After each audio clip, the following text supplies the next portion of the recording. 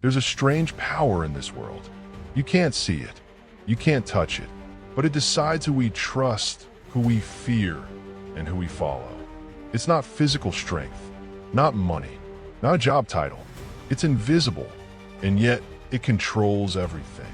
People obey it without even realizing it. It makes leaders out of the quietest people, and it makes noise powerless. Today, I'll show you what that power is and how to develop it. This is the psychology trick that makes people obey you without needing to demand, beg, or persuade. But if you came here expecting manipulation tactics, you're in the wrong place. This isn't about tricks. This is about understanding something deeper than speech, presence. So take a deep breath. What you're about to learn may change the way you move in the world forever. Think back to the last room you walked into. Maybe a classroom, maybe a family gathering, maybe a boardroom. Some people were talking, others scrolling their phones, but one person, maybe not the loudest, held the air differently. No one said it, but you felt it. That person had weight, not body weight, psychological weight. They could sit still and say nothing, and yet the room would orbit around them. That's not an accident. That's the result of mastering one of the oldest, deepest human instincts, the obedience to authority. And here's the twist. Real authority doesn't ask to be obeyed. It just is. Let's get scientific for a moment. Human beings are social creatures. We are wired to scan for signals of safety, leadership, and strength.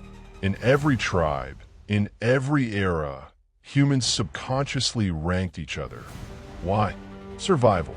We needed someone to lead the hunt, to make decisions, to hold the group together. So we evolved mechanisms to detect who should be followed.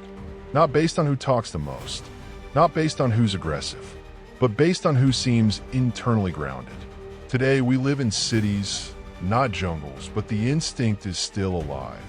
And that instinct makes people obey calm certainty. So what gives someone this kind of gravity? Let's break it down.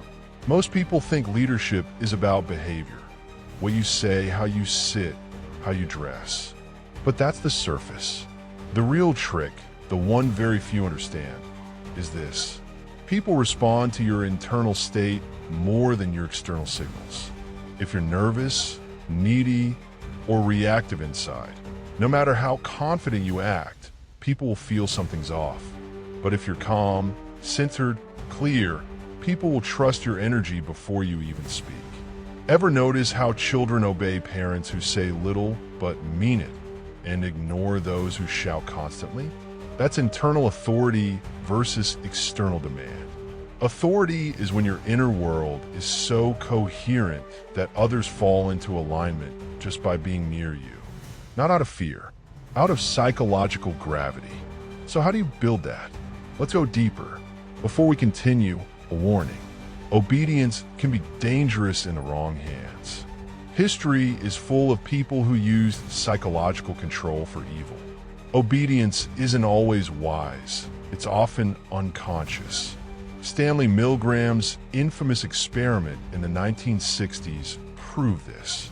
Ordinary people were willing to inflict electric shocks on strangers just because an authority figure in a lab coat told them to. They didn't question it. Why? Because the figure appeared calm, confident, and official. That's the scary part. You don't have to yell. You don't have to be right. You just have to appear sure of yourself, and people will hand you the keys to their decision-making. Use this power wisely, because once people start obeying, they often stop thinking. And that includes you. There are 3 subtle tools that increase obedience and respect. Use them well. 1, space. Don't crowd. Take your time. Create gaps between your words, your movements, your gaze. Do it, botch it. The slower you go, the more deliberate you seem. Fast talkers seem anxious. Slow, thoughtful speakers seem powerful. Третье tone. Speak with downward inflection. End your sentences like you mean them, not like you're asking for validation. Even if you say little, these 3 things create the illusion of control, and people obey what they perceive as controlled. Here's the paradox. The more you try to be obeyed, the less people listen. The less you try, but carry certainty, the more they follow. It's the same in relationships.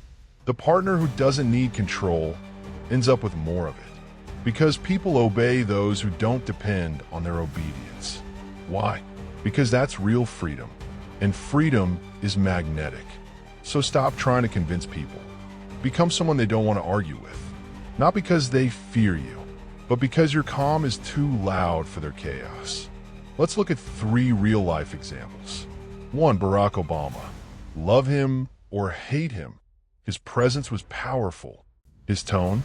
Slow, controlled. He paused often, rarely raised his voice, but commanded rooms. 2. Keanu Reeves. He says little. He avoids attention, but people respect him immensely. Why? Because he's consistent, authentic, and doesn't chase image. People obey sincerity more than flash. 3. Miyamoto Musashi. A legendary samurai, known not for his flash, but his stillness. His duels were often won before swords were even drawn, because his opponents were already psychologically defeated by his calm. Power doesn't always announce itself. Sometimes it just waits and watches. Let's make it practical now. Here are 5 exercises to build this inner power. 1. Daily stillness. Sit for 10 minutes in silence. No phone, no goal. Just observe your thoughts. Master your mind, or it will master your energy. 2. Deliberate pausing. In conversation, wait 2 to 3 seconds before replying. It trains you to respond, not react. 3. Cold exposure or breath control. Build tolerance for discomfort. Ice baths, cold showers, breath holds, whatever works. The less your body panics, the more your mind obeys. 4. Silence in social settings. Try this. Say very little in a group for 30 minutes. Just watch. Let your presence grow by not competing. 5. Expectation management.